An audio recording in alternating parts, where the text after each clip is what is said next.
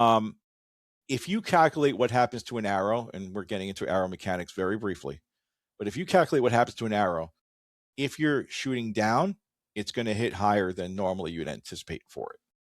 If you're shooting up, it's going to hit lower. It's called gravity. It's what happens. But when you're aiming, the number one thing that happens, and I've seen this happen to everybody, used to happen to me, and somehow I still wound up getting them, though I did fall out of a tree once, but I'm not going to go there.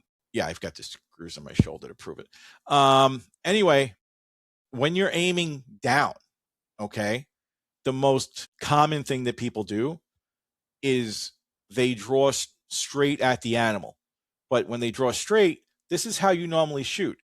Jonathan, tell me how many people you've ever seen where they take a shot and they go over the animal's back or something like that, because instead of doing this and then adjusting and firing, they do one of these numbers. All the time. And that's bad. That is real bad. That just throws you off completely. So see, not only they go here, they're also going. Yeah. Yeah. So you lose your line. Yeah. Your line is gone.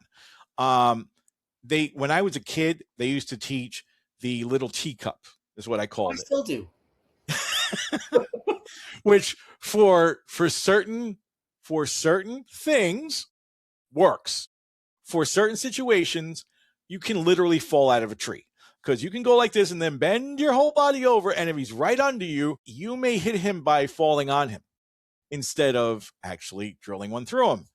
That is very, very common. So we're going to go into how to adjust for that in a moment, because there is a way to adjust for that. That's one problem. The other problem that happens with aiming is people look over the peep. People look under the peep because they're nervous. It just happens. Again, you're finding yourself, particularly hunters, in a rushed situation. Now, mind you, we're covering all this stuff, and we haven't even gotten to what happens during aiming, but we'll get there. But I want to cover some stuff that people just kind of take for granted or ignore, and this is one of those things. So you're aiming, you've got to worry about that. Now, all of a sudden, I can name at least 20 or 30 people that I know in the last, I'm not even talking the last 40 years. I'm talking about the last 2 years, who, if you ask him, where did it hit the deer? They do not know. They're like, I don't know. I just took the shot. So you didn't see where it went. Another thing we'll cover in aiming. You didn't even know what happened, and you don't even remember if you were actually looking through the peep or looking under it. Or I got a better one. In the last episode, we talked about what happens if you're putting pressure from your nose on the string. Put pressure from your nose on the string, you are bending the string because it's the loosest it ever is at full draw, and you're actually changing the angle of how the peep looks. So all these things are stacked against you to begin with. And if you're not practiced at it, it's not going to work.